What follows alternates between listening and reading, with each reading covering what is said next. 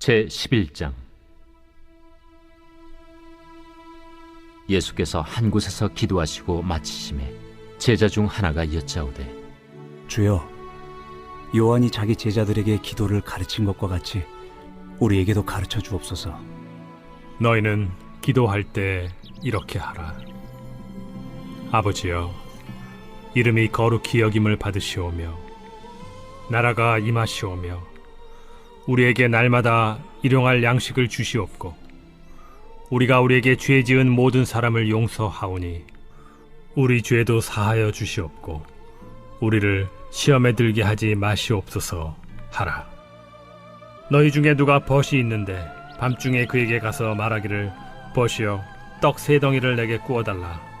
내 벗이 여행 중에 내게 왔으나 내가 먹일 것이 없노라 하면, 그가 안에서 대답하여 이르되, 나를 괴롭게 하지 말라. 문이 이미 닫혔고 아이들이 나와 함께 침실에 누웠으니 일어나 내게 줄 수가 없노라 하겠느냐. 내가 너희에게 말하노니 비록 벗됨으로 인하여서는 일어나서 주지 아니할지라도 그 간청함을 인하여 일어나 그 요구대로 주리라. 내가 또 너희에게 이르노니 구하라, 그러면 너희에게 주실 것이요, 찾으라, 그러면 찾아낼 것이요, 문을 두드리라, 그러면 너희에게 열릴 것이니, 구하는 이마다 받을 것이요, 찾는 이는 찾아낼 것이요, 두드리는 이에게는 열릴 것이니라. 너희 중에 아버지 된 자로서 누가 아들이 생선을 달라 하는데 생선 대신에 뱀을 주며 알을 달라 하는데 전갈을 주겠느냐? 너희가 악할지라도 좋은 것을 자식에게 줄 줄 알거든 하물며 너희 하늘 아버지께서 구하는 자에게 성령을 주시지 않겠느냐? 자, 오늘 말씀 1절을 보니까요, 기도를 가르쳐 달라라고 제자들이 요청을 합니다. 여러분, 뭐든 전문가한테 배워야 제대로 배우죠. 기도 역시 마찬가지입니다. 이 기도의 전문가이신 우리 예수님께 기도를 배워야 우리는 제대로 기도를 할 수 있는 것입니다. 자, 그래서 우리는 말씀이 말하는 기도에 대해서 사실 굉장히 많이 공부를 해야 정말 제대로 기도할 수 있는데요. 그게 바로 이제 오늘 본문인 것이죠.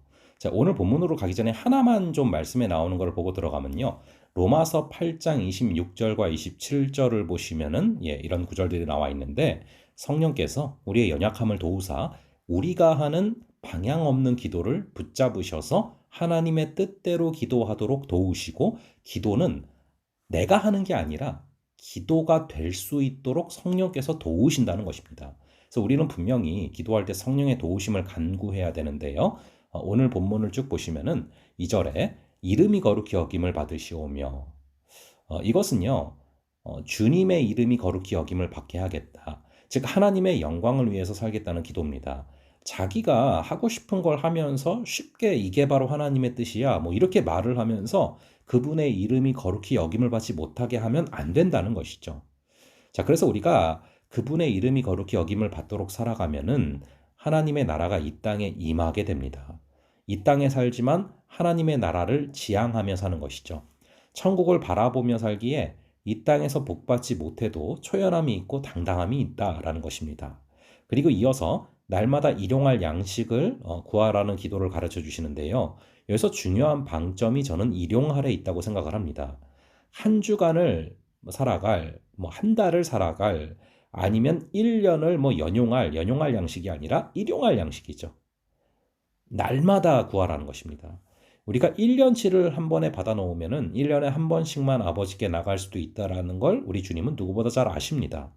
날마다 나가면서 날마다 교제하면서 그분의 일용할 양식을 구하라는 것입니다. 물론 우리는 살면서 물질이 필요하고 양식이 필요합니다.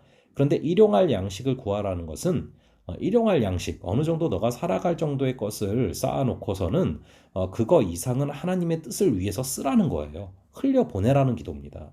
그리고 4절에 보시면은요, 용서를 기도하라고 하시죠. 용서는 우리의 힘으로 안 됩니다. 하나님께서 은혜를 주셔야만 가능한 게 용서입니다. 주님, 저의 죄를 용서하여 주시옵소서. 그리고 하나님께서 저를 용서해 주시는 그 능력을 저 역시 받아서 용서하며 살아가게 하여 주시옵소서라고 기도해야 됩니다. 그리고 영적 전쟁의 승리를 위해서 시험에 들게 하지 마옵시고라는 기도를 하라고 하십니다. 여러분, 사단이 놓는 덫이 있습니다. 그게 시험인데, 사단은 우리를 그냥 공격하지 않아요. 밀가부르듯 하려고 한다라고 예수님이 말씀하십니다. 여러분, 밀을 골라내려면은 엄청난 고도의 집중력이 필요하거든요. 그런 집중력으로 우리 약점을 연구하면서 파고들고 공격하는 게 사단의 공격이라는 거예요. 그래서 우리는 시험에 들지 않도록 기도를 해야 됩니다. 그러면은 그러한 기도들을 어떻게 하라고 합니까? 9절이죠.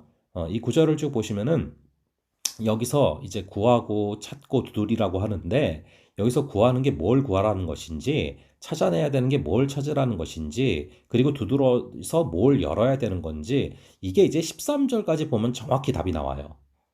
하물며 성령을 주시지 않겠느냐. 즉 우리가 성령을 구하고 성령을 찾고 성령이 임하시도록 하늘의 문을 두드리면 성령께서 충만히 임하사 우리의 기도를 끌어주실 줄로 믿습니다. 그럼 잠시 오늘 기도하겠습니다. 아버지 하나님, 우리의 신앙생활에서 가장 중요한 이 기도 역시 우리 주님께로부터 배워야 함을 다시금 바라봅니다.